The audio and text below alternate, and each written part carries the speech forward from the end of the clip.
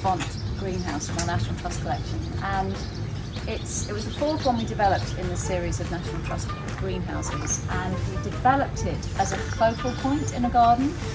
And this is what we call a flat-fronted lobby, so it really gives a beautiful focal point in a garden, particularly if your ridge is going to run east-west like that, and this is going to be what you see from your house or highly visible. It's just a really pretty, small-sized greenhouse. It's shown here in wood sage, which is a really popular colour, really lovely muted, fits in loads of situations and doesn't shout quite as loud as a white or an off-white. Inside this one, we always think that it's quite nice to have a greenhouse where you've got growing and seating, because what's good for plants is good for people, always stress that. So in here we have some benching, which is really sturdy benching. It's only ever an arm deep, so there's no need to make your greenhouse any bigger because you wouldn't be able to reach the back of it. So that dictates the size of our benching.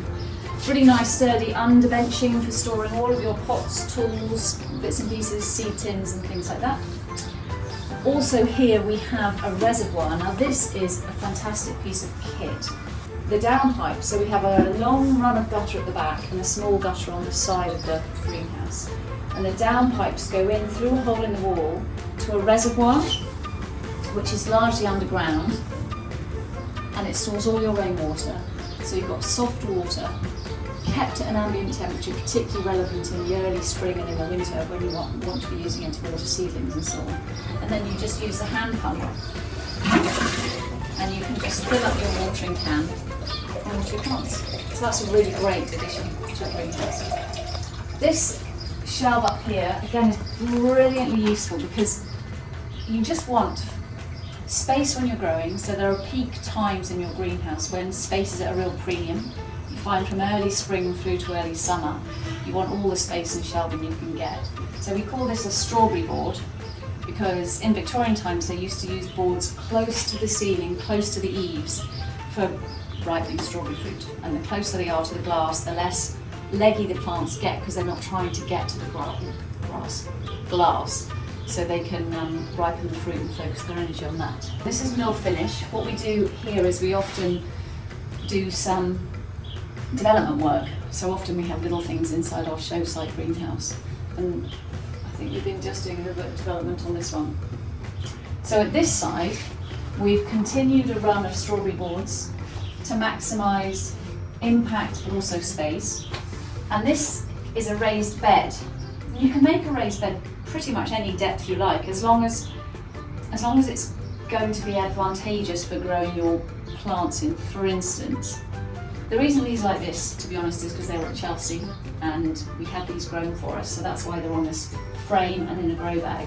But it's brilliant to grow tomatoes, aubergines, cucumbers, melons in the ground, because that way you get to water them less frequently and they have more space to grow and develop. And you can have sticks and canes or vine wires growing up to support them on. So a raised bed is a great addition. It's also quite nice. You can grow salad crops in it in the winter, so it's like a little bed. Herbs in the winter. You can grow potatoes in it in the winter. It's quite a nice addition. Around the edge, you see we have these lovely sills, which are great for pots, perching. And they're a nice way of finishing off and personalising the detail inside your Mottisfont, or any of your greenhouse actually. A table and chairs is a must. Also, as is a power supply. A power supply is a really important thing to have in your greenhouse.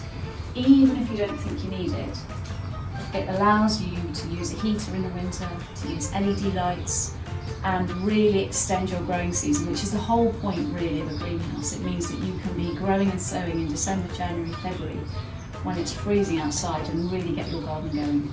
A great way of personalising, two brilliant ways of personalising your greenhouse, three great ways of personalising your greenhouse: colour and how you finish off the details like spandrels, finials, your choice of spandrel inside. They're really nice ways of personalising, along with colour, because that really has quite an impact on your space. So when you do a Mottisfont in a darker colour, and take away the cresting and the finials, it can really feel different. The other choice you have to make, which really can make it look different again, is your base material and your floor. Now in here we've got some really lovely Bert and May tiles. A simple grid pattern with a terracotta and a deep green. And this is from one of their modern collections. They equally have reclaimed tiles, which are a lovely finish. You can do a random reclaimed tile amongst terracotta. You can go all terracotta. It just adds a really lovely personal detail touch. And with regard to your base, again, there are loads of ways of doing a base. You can have reclaimed bricks and new bricks. You can go stone, brick and flint. What we've got here, again, this is probably, on the outside we have stone, on the inside we clad it with blockwork which we've painted.